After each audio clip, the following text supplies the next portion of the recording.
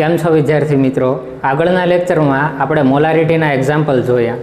Molarity એ ખૂબ મહત્ત્વનો સાંદ્રતાનો એકમ છે અને તેના ઉપરથી ઘણા બધા એક્ઝામ્પલ પણ પૂછાઈ શકે. એટલે તેમાંથી જેટલા MCQ તમારાથી સોલ્વ થાય એટલા જાતે પ્રયત્નો કરવા. હવે જુઓ, સાંદ્રતાનો એવો જે ખૂબ મહત્ત્વનો એકમ આવે છે તે છે નોર્માલિટી. નોર્માલિટીની સંજ્ઞા થશે કેપિટલ N, અથવા તો ઘણી વખત તેને સપ્રમાણતા તરીકે પણ ઓળખવામાં આવે છે. મોલારિટીની જેમ નોર્માલિટી પણ ખૂબ મહત્ત્વનો સાંદ્રતાનો એકમ છે અને તેના ઉપરથી પણ ઘણા બધા એક્ઝામ્પલ પૂછાય છે. હવે જો નોર્માલિટી સમજતા પહેલાં અમુક પદો આપણે જોઈએ. જો નોર્માલિટી સમજવા માટે એક તો તમને ખ્યાલ હોવો જોઈએ તુલ્યભાર. શું ખબર હોવી જોઈએ? તુલ્યભાર. તો પહેલાં લખીએ, જો તુલ્યભાર બરાબર શું થાય? તુલ્યભાર બરાબર શું લખાય? અણુભાર. તુલ્યભાર બરાબર અણુભાર, એના છેદમાં આવશે n ફેક્ટર. એટલે કોઈ પણ ઘટક હોય તેના તુલ્યભાર મેળવવાના કે તો તુલ્યભાર કઈ રીતે મળે? અંશમાં તમે તે ઘટકનો અણુભાર લેશો, છેદમાં શું લેશો? તે ઘટકનો n ફેક્ટર. તો અણુભાર વિશે તો આપણને માહિતી હતી, તો અણુભાર તો આપણે મેળવી લઈએ, પણ n ફેક્ટર એટલે શું એ આપણને ખ્યાલ નથી. તો એક કામ કરીએ, n ફેક્ટર વિશેની આપણે માહિતી મેળવીએ. જો n ફેક્ટર એટલે શું? હવે જો અલગ અલગ ઘટકો માટે n ફેક્ટરની વેલ્યુ અલગ અલગ હોય. અલગ અલગ ઘટકો એટલે ક્યાં ક્યાં હશે? તો કે એક ઘટક તમે લઈ શકો એસિડ, તો એસિડ માટેના n ફેક્ટર અલગ અલગ હોય. બેઝ માટેના n ફેક્ટર પણ કેવા હોય? અલગ અલગ હોય. તેવી જ રીતે ક્ષાર માટેના n ફેક્ટર પણ કેવા આવશે? અલગ અલગ આવશે. તો એક કામ કરીએ, આપણે એક પછી એક એસિડ, બેઝ અને ક્ષારના n ફેક્ટર વિશેની વાત કરીએ. તો પહેલો આપણે લઈએ એસિડના n ફેક્ટર.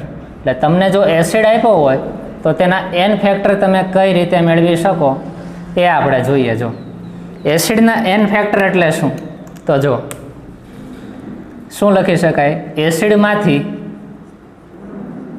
એસિડ ઘટકમાંથી મુક્ત થતા H+ આયનની સંખ્યાને એસિડ ઘટકનો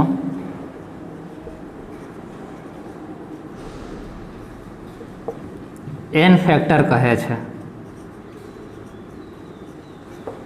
હવે જો શું કીધું? આપણે કેવો ઘટક લેશું? એસિડ. તેમાંથી મુક્ત થતા H+ આયનની જે સંખ્યા હોય તે સંખ્યાને તે એસિડ ઘટકનો શું કહેવામાં આવે? n ફેક્ટર તરીકે ઓળખવામાં આવશે. હું તમને એક્ઝામ્પલ આપું છું. એક એસિડ લઈએ આપણે, હાઇડ્રોક્લોરિક એસિડ. તો તમને એવો ક્વેશ્ચન પૂછે કે હાઇડ્રોક્લોરિક એસિડનો n ફેક્ટર શું થાય? તો જો હાઇડ્રોક્લોરિક એસિડમાંથી કેટલા H+ મુક્ત થાય? હાઇડ્રોક્લોરિક એસિડનું સંપૂર્ણ આયનીકરણ થાય તો તેમાંથી એક H+ મુક્ત થાય અને બીજું શું મુક્ત થાય? એક Cl-. તો જુઓ, તો HCl-માંથી મુક્ત થતા H+ની સંખ્યા કેટલી? એસિડ ઘટકમાંથી મુક્ત થતા H+ આયનની સંખ્યા કેટલી? 1. તો એનો n ફેક્ટર શું થશે? 1.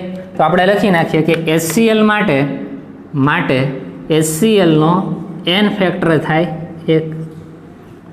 એવી જ રીતે આપણે આગળ વધીએ, બીજું એક્ઝામ્પલ લઈએ. જો બીજું એક્ઝામ્પલ લઈએ, સલ્ફ્યુરિક એસિડ H2SO4.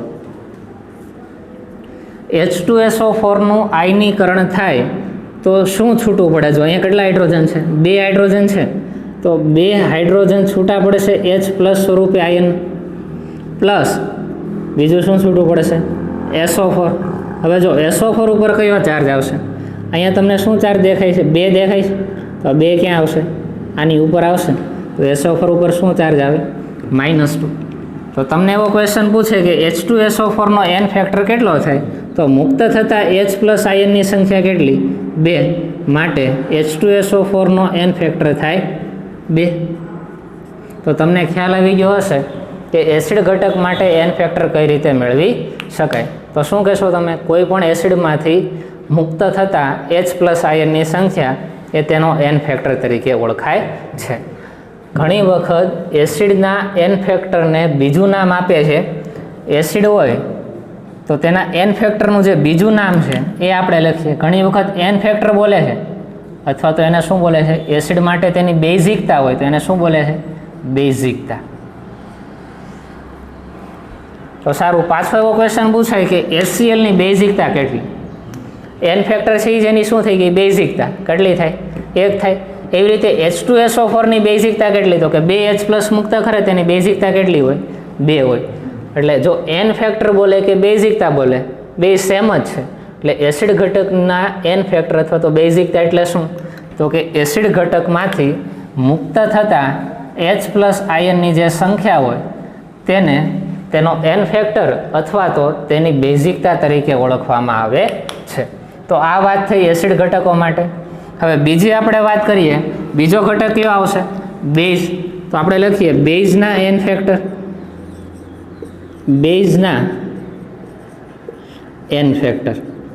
હવે જો બેઝ માટે શું હોય, તેની એસિડિકતા હોય. એટલે એન ફેક્ટર શબ્દ પણ વાપરે અથવા તો શું વાપરે, એસિડિકતા પણ વાપરે. તો જોઈએ, જો આ ખ્યાલ હોવો જોઈએ કે એસિડ હોય તો તેની શું હોય, હંમેશા બેઝિકતા હોય. અને બેઝિકતા એટલે કાંઈ નથી, શું છે, એનો એન ફેક્ટર જ છે. અને જો બેઝ હોય તો તેની શું હોય, એસિડિકતા હોય. તો એસિડિકતા એનો શું થઈ ગયો, એન ફેક્ટર થશે.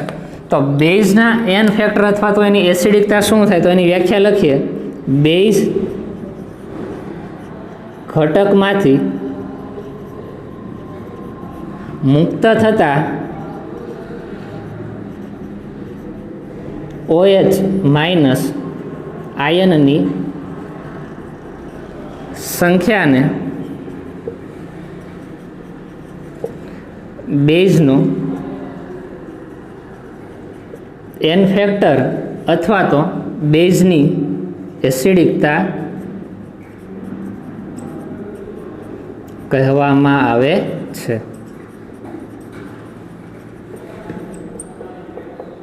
તો આ વાત થઈ બેઝના એન ફેક્ટર અથવા તો બેઝની શું થઈ, એસિડિકતા. એક્ઝામ્પલ જોઈએ, જો બેઝના એક્ઝામ્પલ લઈએ, જો સોડિયમ હાઇડ્રોક્સાઇડ. સોડિયમ હાઇડ્રોક્સાઇડથી સ્વભાવે કેવો હોય, બેઝ હોય. તો સોડિયમ હાઇડ્રોક્સાઇડનું જ્યારે સંપૂર્ણ આયનીકરણ થાય ત્યારે એક Na+ છૂટવો પડે અને એક શું છૂટવો પડે, OH-. તો લખી નાખીએ, એક Na+1 છૂટવો પડે પ્લસ એક OH- છૂટવો પડે. જો અહીંયા કાંઈ નથી એટલે અહીંયા 1 હોય, અહીંયા પણ શું હોય, 1 હોય. આપણે એ રીતે કંઈ લખતા નથી, Na+1 અને OH-1. તો સારું, સોડિયમ હાઇડ્રોક્સાઇડનો એન ફેક્ટર શું થાય, તો કે સોડિયમ હાઇડ્રોક્સાઇડ એક OH- મુક્ત કરે છે, માટે તેનો એન ફેક્ટર અથવા તો આપણે શબ્દ વાપરશું એસિડિકતા કેટલી થાય, 1 થાય. શું થયું, સોડિયમ હાઇડ્રોક્સાઇડનો એન ફેક્ટર અથવા તો સોડિયમ હાઇડ્રોક્સાઇડની એસિડિકતા કેટલી થઈ, 1 થઈ. હજી આપણે આગળ વધીએ, બીજું આપણે એક્ઝામ્પલ લઈએ. એક આવશે સોડિયમ હાઇડ્રોક્સાઇડ, બીજું લઈએ, જો AlOH થ્રાઇસ. જો આનું આપણે આયનીકરણ કરીએ, એલ્યુમિનિયમ સાથે OH કેટલા જોડાયેલા છે, 3. હવે જુઓ તો એલ્યુમિનિયમ ઉપર પ્લસ ચાર્જ આવવાનો છે અને OH ઉપર કયો ચાર્જ આવવાનો છે, -ચાર્જ. હવે કેટલો પ્લસ ચાર્જ આવશે અને કેટલો માઇનસ ચાર્જ આવશે એ આપણે જોઈએ. જો અહીંયા એલ્યુમિનિયમની નીચે કાંઈ નથી એટલે આપણે કેટલા લખી નાખીએ, 1. અહીંયા OHની નીચે કેટલા છે, 3.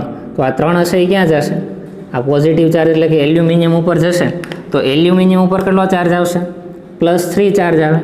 વધુ શું જો તો એલ્યુમિનિયમની નીચે 1 છે તો OHની ઉપર જાય તો અહીં શું આવશે, OH-1. હવે જુઓ તો પ્રક્રિયાને સંતુલિત કરો. OH કેટલા મુક્ત થાય છે, 3. તો અહીં આપણે કેટલા લખી નાખીએ, 3. તો આ પ્રક્રિયા આખી સંતુલિત થઈ. તો AlOH થ્રાઇસ તેના માટે એન ફેક્ટર શું થાય અથવા તો તેની એસિડિકતા શું થાય, કેટલા OH- મુક્ત થાય છે, 3 થાય. તો તેની એસિડિકતા 3 થાય અથવા તો તેનો એન ફેક્ટર કેટલો થશે, 3 થશે. તો આ વાત થઈ જ્યારે બેઝ ઘટક આપેલા હોય ત્યારના એન ફેક્ટર અને જ્યારે એસિડ ઘટક આપેલા હોય ત્યારના એન ફેક્ટર. હવે ત્રીજું આપણે લઈ લઈએ ક્ષાર ના n ફેક્ટર. તમને જો કોઈ ઘટક ક્ષાર સ્વરૂપે આપેલો હોય તો તેના n ફેક્ટર શું થાય? જો તો ક્ષાર માટે સાવ ઈઝી છે. ક્ષારમાં રહેલા કુલ ધન વીજભારની સંખ્યાને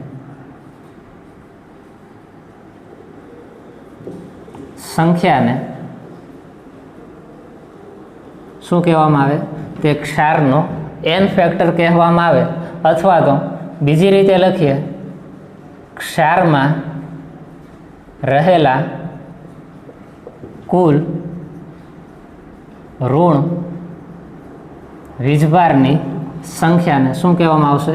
n ફેક્ટર તરીકે ઓળખવામાં આવશે. ક્ષારના એક્ઝામ્પલ જોઈએ. જો પહેલું એક્ઝામ્પલ જોઈએ, સોડિયમ કાર્બોનેટ.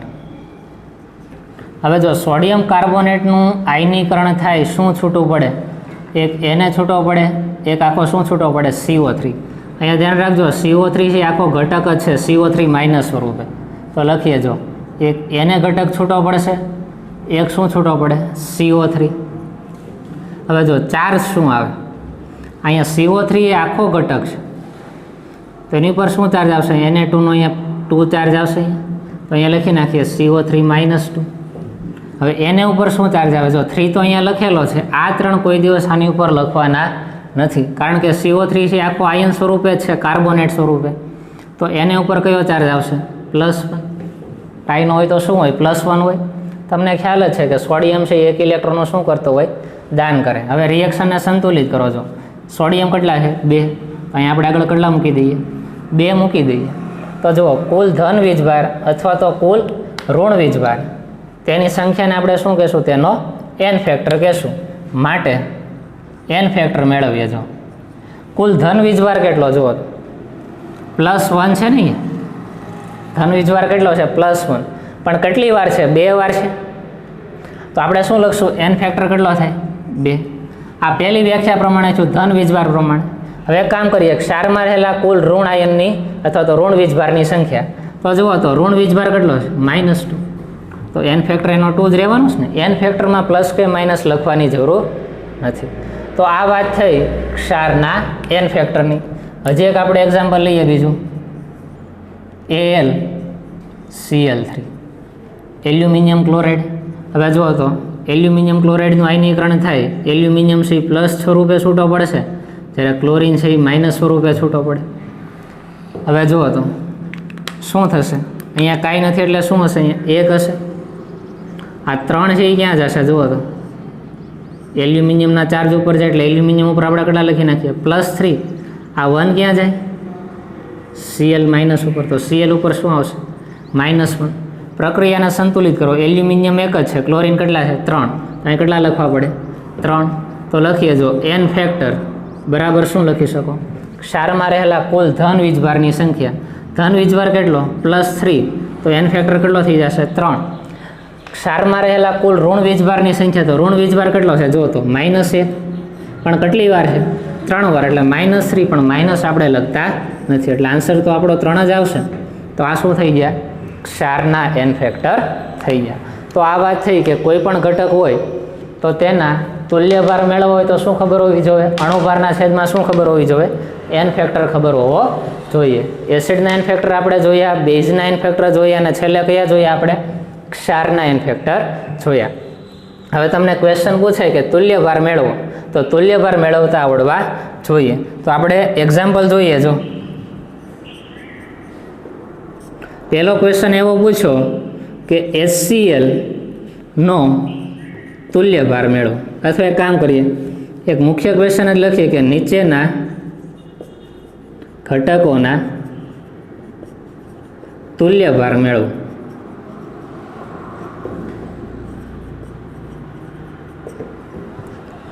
પહેલું એક્ઝામ્પલ લઈએ HCl, બીજું એક્ઝામ્પલ લઈએ H2SO4.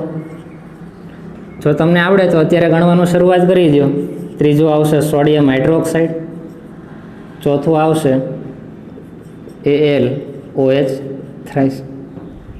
પાંચમું જોઈએ સોડિયમ કાર્બોનેટ, અને છઠ્ઠું આવશે AlCl3. સારું, હું તમને બે ગણીને બતાવું છું, બીજાના તુલ્યભાર તમારે જાતે ગણવાના. હવે જો તુલ્યભાર મેળવવો છે, પહેલો મેળવીએ HCl માટે. તો HClનો તુલ્યભાર બરાબર શું થાય? જો તુલ્યભાર બરાબર શું આવશે? અંશમાં આવશે અણુભાર, આણવીય દળ, છેદમાં શું આવે? N factor. હવે હાઇડ્રોક્લોરિક એસિડનો આણવીય દળ કેટલો થાય? જો તો HClનો આણવીય દળ કેટલો થાય? HCl છે, હાઇડ્રોજનનો કેટલો હોય? 1 પરમાણવીય દળ હોય. ક્લોરિનનો કેટલો હોય? 35.5. આનો સરવાળો કરો એટલે શું આવે? 36.5. તો આણવીય દળ મળ્યો 36.5. હવે જો હાઇડ્રોક્લોરિક એસિડનો N ફેક્ટર કેટલો થાય? HCl છે માત્ર એક H+ મુક્ત કરી શકે, તેનો N ફેક્ટર કેટલો થઈ ગયો? 1. અથવા તો HClની બેઝિકતા કેટલી હોય? 1. તો આન્સર શું આવ્યો તમારો? 36.5. તો આ વાત થઈ ગઈ HCl. H2SO4નો તમારે જાતે કરવાનો હોમવર્કમાં. NaOHની વાત કરીએ. હવે જો NaOH ત્રીજું તુલ્યભાર બરાબર અંશમાં આવશે NaOHનું આણવીય દળ. આણવીય દળ NaOHનું કેટલું હોય? 40. અને છેદમાં આવે N ફેક્ટર. સોડિયમ હાઇડ્રોક્સાઇડનો N ફેક્ટર તમે અહીંયા ગણેલો છે. તો સોડિયમ હાઇડ્રોક્સાઇડ માટે N ફેક્ટર કેટલો થાય? 1. તો આન્સર શું આવી જશે? 40. તો તુલ્યભાર કેટલો આવ્યો? 40. તો એવી રીતે AlOH થ્રાઇસ માટે તમે જાતે ગણશો. AlOH થ્રાઇસ જે છે તેનો આણવીય દળ તમને ગણતા આવડવો જોઈએ. એલ્યુમિનિયમનો જે પરમાણુ દળ થાય એ લખવાનું. જો ઓક્સિજન કેટલા છે? 3 છે. હાઇડ્રોજન એ ટોટલ કેટલા છે? 3.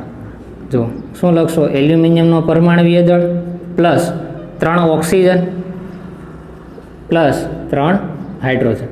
આ બધા એના પરમાણવીય દળનો સરવાળો કરી નાખજો એટલે તમને એનો આણવીય દળ મળશે. છેદમાં શું લખશો? તેનો N ફેક્ટર લખશો.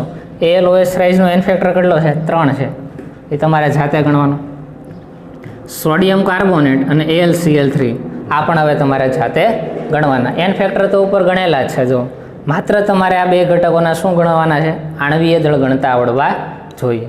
તો આ વાત થઈ તુલ્યભાર કઈ રીતે મેળવી શકાય. હજી જો આપણે નોર્માલિટીની શરૂઆત કરી નથી, પણ નોર્માલિટીની અંદર તુલ્યભાર આવે છે તો આપણને ખ્યાલ હોવો જોઈએ કે તુલ્યભાર કઈ રીતે મળે છે. તો એક કામ કરો, આ બધા જે તુલ્યભાર માટેના નિયમો છે અથવા તો જે એસિડ બેઝ અને ક્ષાર માટેના જે N ફેક્ટર મેળવવાના છે તે એકવાર સરસ રીતે જોઈ લો અને એકવાર લખી નાખો. હવે તુલ્યભાર વિશેની માહિતી મેળવ્યા બાદ એક નવું સૂત્ર આપણને ખ્યાલ હોવી જોઈએ, ગ્રામ તુલ્યાંક. જો ગ્રામ તુલ્યાંક કઈ રીતે મળે? તો કે વજનના છેદમાં તુલ્યભાર કરો એટલે તમને શું મળે? ગ્રામ તુલ્યાંક મળે. આ તુલ્યભાર અને ગ્રામ તુલ્યાંક આ બંનેનો ઉપયોગ નોર્માલિટીમાં આવતો હોવાથી પ્રથમ આપણને આ બંને આવડવા જોઈએ. એટલે ગ્રામ તુલ્યાંકનું સૂત્ર શું થાય? અંશમાં તમે ઘટકનું વજન લેશો, છેદમાં શું લેશો? તુલ્યભાર. હવે તુલ્યભાર તો મેળવતા તમને આવડે જ છે. તુલ્યભાર બરાબર શું થાય? અણુભારના છેદમાં N ફેક્ટર. તો બે ક્વેશ્ચન આપી દીધા છે કે નીચે આપેલા ઘટકોના ગ્રામ તુલ્યાંક મેળવો. એક આપેલો છે 0.98 ગ્રામ H2SO4 અને બીજો આપ્યો છે 53 ગ્રામ Na2CO3. તો એક હું તમને એક્ઝામ્પલ ગણાવું છું, બીજું તમારે જાતે ગણવાનું. તો પહેલો ક્વેશ્ચન આપણે જોઈએ. જો 0.98 ગ્રામ H2SO4 તેનો આપણે ગ્રામ તુલ્યાંક મેળવવો છે. તો જો તો ગ્રામ તુલ્યાંક બરાબર આપણે શું લખીએ છીએ? ગ્રામ તુલ્યાંક બરાબર અંશમાં આવે વજન, છેદમાં શું આવે? તેનો તુલ્યભાર. હવે જો વજન તમને આપી દીધો છે 0.98 ગ્રામ, તો મૂકી દઈએ. જો 0.98 ગ્રામ છેદમાં આવશે તુલ્યભાર. તુલ્યભાર આપણને ખ્યાલ નથી તો તુલ્યભાર મેળવીએ. જો તુલ્યભાર કઈ રીતે મળે? તુલ્યભાર બરાબર અણુભાર ભાગ્યા શું આવશે? N factor. હવે જુઓ તો H2SO4 નો અણુભાર કેટલો થાય? H2SO4 નો અણુભાર તમે જાતે ગણજો શું થશે? 98 ગ્રામ પ્રતિ મોલ. એના છેદમાં લખીએ H2SO4 નો N ફેક્ટર. હવે જો H2SO4 નો N ફેક્ટર મેળવવા માટે H2SO4 નું આયનીકરણ કઈ રીતે થાય તમને ખબર હોવી જોઈએ. H2SO4 માંથી શું છૂટું પડે? H+ અને SO4- છૂટો પડશે. હવે જો SO4 ઉપર શું ચાર્જ આવશે? આ 2 ચાર્જ હશે, આની ઉપર જેટલે લખીએ -2. આ SO4 તો આખો ઘટ આયન જ છે, તો આ 4 આની ઉપર લખવાના નથી. હાઇડ્રોજન ઉપર શું આવશે? +1. રિએક્શનને સંતુલિત કરો તો હાઇડ્રોજન કેટલા છે? 2. તો જુઓ તો H+ કેટલા મુક્ત કરે છે? 2 મુક્ત કરે છે ને, તો N ફેક્ટર શું આવે? 2. તો 98/2 કરશો એટલે તમને શું મળી જશે? તુલ્ય ભાર મળશે. 98/2 કરો તો શું થશે? જો તો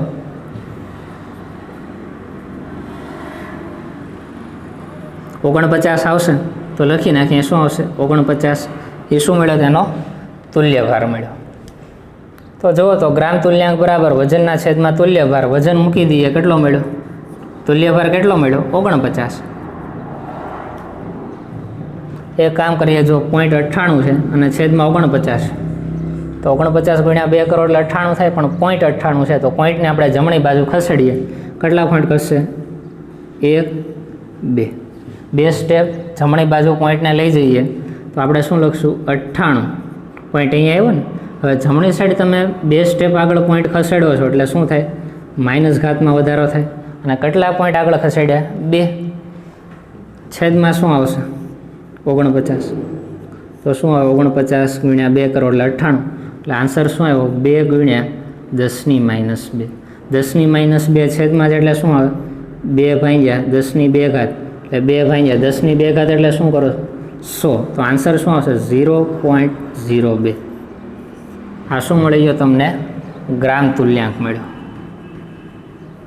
સાવ ઇઝી એક્ઝામ્પલ છે. તમને આ 2 સૂત્રો આવડતા હોય તો તમને તુલ્યભાર મેળવતા પણ આવડે અને ગ્રામ તુલ્યાંક મેળવતા પણ આવડશે. બીજો આવશે Na2CO3 53 ગ્રામ આપેલો છે. આ તમારે હોમવર્કમાં કરવાનું. હવે આપણે 2 પોઈન્ટ આપણે જોયા. એક જોયો તુલ્યભાર અને બીજો જોયો ગ્રામ તુલ્યાંક. આ 2 બાબત તમને આવડશે એટલે નોર્માલિટી તમારા માટે ઇઝી બની જશે.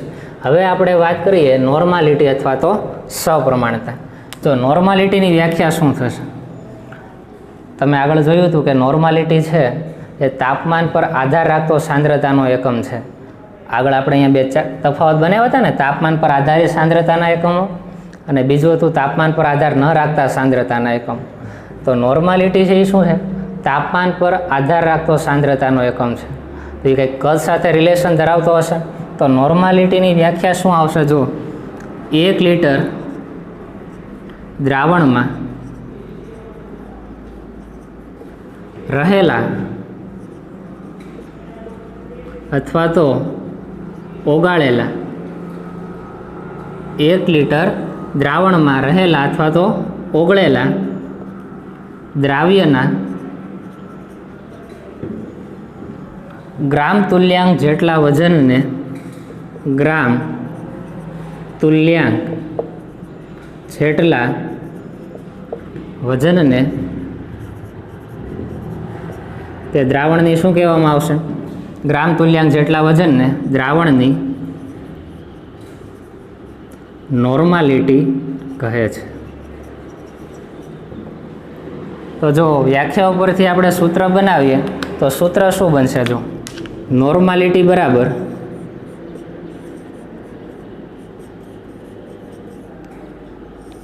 શું લખી શકાય? જો નોર્માલિટી બરાબર શું લખી શકાય? 1 લિટર દ્રાવણમાં અથવા તો આપણે મોલારિટીમાં કહેતા હતા ને, 1 લિટર દ્રાવણમાં ઓગળેલા દ્રાવ્યના મોલ. અહીંયા શું છે? 1 લિટર દ્રાવણમાં ઓગળેલા દ્રાવ્યના ગ્રામ તુલ્યાંક. અથવા તો એમ બોલાય કે પ્રતિ લિટર દ્રાવણમાં રહેલા દ્રાવ્યના ગ્રામ તુલ્યાંક જેટલું વજન. તો છેદમાં આપણે શું લખશું? જુઓ તો નોર્માલિટી બરાબર છેદમાં આવશે દ્રાવણનું કદ પ્રતિ લિટર એટલે આપણે લિટર એકમ લખીએ છીએ અને અંશમાં શું આવશે? દ્રાવ્યના ગ્રામ તુલ્યાંક. તો આપણું સૂત્ર થઈ ગયું નોર્માલિટીનું. નોર્માલિટી બરાબર શું લખશો? અંશમાં આવશે દ્રાવ્યના ગ્રામ તુલ્યાંક જેટલું વજન અને છેદમાં આવશે દ્રાવણનું કદ. ક્યાં એકમમાં લેશો? લિટર એકમમાં લેશો. હવે આગળ વધીએ. જો ગ્રામ તુલ્યાંક બરાબર શું લખાય? વજનના છેદમાં તુલ્ય ભાર. તો મૂકી દઈએ. જો શું સૂત્ર થાય? જો નોર્માલિટીને આપણે લખીએ જો કેપિટલ N નોર્માલિટી n બરાબર દ્રાવ્યના ગ્રામ તુલ્યાંક બરાબર શું થાય? દ્રાવ્યનું વજન છેદમાં દ્રાવ્યનો તુલ્યભાર. કારણ જો ગ્રામ તુલ્યાંક બરાબર તમે શું લખશો? સમીકરણ 2 ઉપરથી ખબર પડે કે ગ્રામ તુલ્યાંક બરાબર વજનના છેદમાં શું થાય? તુલ્યભાર લખાય. તો દ્રાવ્યના ગ્રામ તુલ્યાંક બરાબર દ્રાવ્યનું વજન છેદમાં દ્રાવ્યનો તુલ્યભાર. તો લખીએ, જો અંશમાં શું આવશે? દ્રાવ્યનો વજન ક્યાં એકમમાં લેશો? ગ્રામ એકમમાં લેશો. છેદમાં શું આવશે? દ્રાવ્યનો તુલ્યભાર. સારું, આ વાત થઈ અંશની. છેદમાં શું વધ્યું? દ્રાવણનું કદ. તો ગુણ્યા અહીં શું લખીએ? દ્રાવણનું કદ. કયા એકમમાં છે? લીટર એકમમાં છે. તો તમે આ સૂત્રનો ઉપયોગ કરીને નોર્માલિટી મેળવી શકો. પાછો પ્રશ્ન એવો આવશે કે તુલ્યભાર બરાબર શું થાય? તો શું લખશો? અણુભાર એના છેદમાં n ફેક્ટર. તો જ્યાં તુલ્યભાર દેખાય છે દ્રાવ્યનો તુલ્યભાર બરાબર તમે શું લખશો? દ્રાવ્યનો અણુભાર એના છેદમાં n ફેક્ટર. તો નવું સૂત્ર આપણે લખીએ, જો નોર્માલિટી બરાબર શું થશે? દ્રાવ્યનું વજન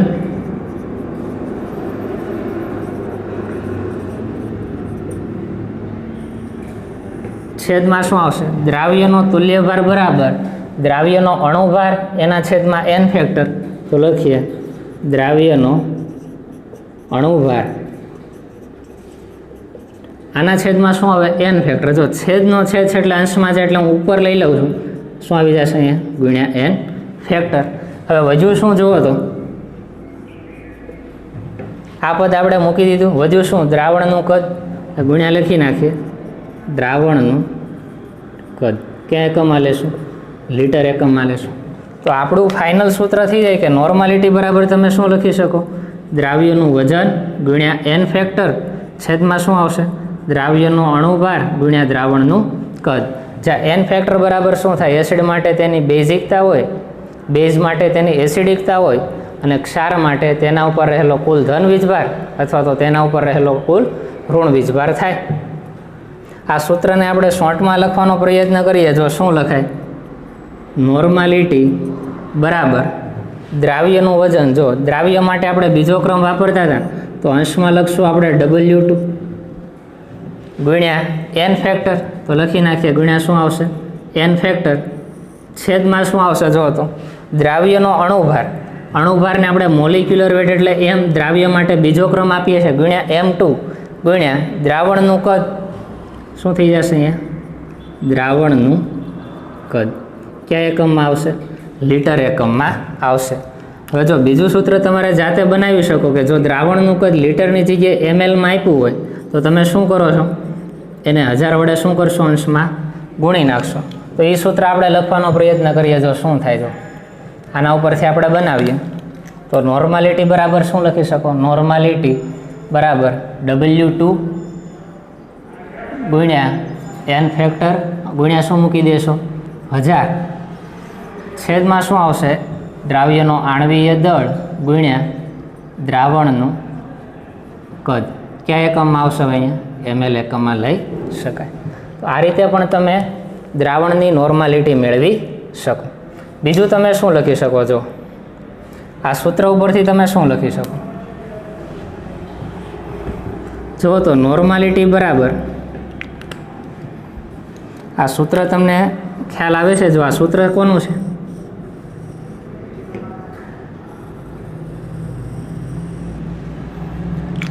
દ્રાવ્યનું વજન છેદમાં દ્રાવ્યનો અણુભાર ગુણ્યા દ્રાવણનું કદ. આ સૂત્ર કોના માટે આપણે પહેલાં લખતા હતા? યાદ આવે છે કાંઈ? કોના માટે છે? જુઓ તો આ સૂત્ર મોલારિટીનું નથી દેખાતું. દ્રાવ્યનું વજન છેદમાં દ્રાવ્યનો આણ્વીય દળ ગુણ્યા દ્રાવણનું કદ. તો આટલા પદ બરાબર તમે મોલારિટી લખી શકો કે નહીં? તો લખીએ. જો નોર્માલિટી બરાબર આખી બ્લેક લાઈન આપણે જે કરી તે આપણે શું લખી નાખીએ? મોલારિટી. કયું પદ વધ્યું? n factor. તો મૂકી દઈએ ગુણ્યા શું આવશે? n factor. આપણને નવું સૂત્ર મળી ગયું કે નોર્માલિટી બરાબર તમે શું લખી શકો?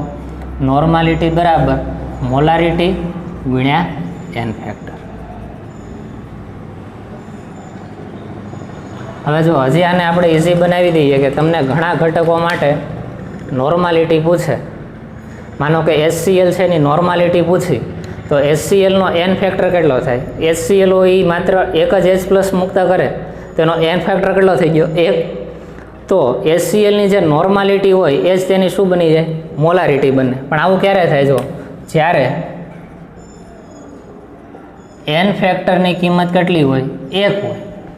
જ્યારે n ફેક્ટરની કિંમત કેટલી હોય? 1. તો ઉપરના સૂત્રમાં n ફેક્ટરની જગ્યાએ આપણે 1 લઈ લઈએ તો તમે શું લખી શકો? નોર્માલિટી બરાબર શું થાય? મોલારિટી ગુણ્યા 1.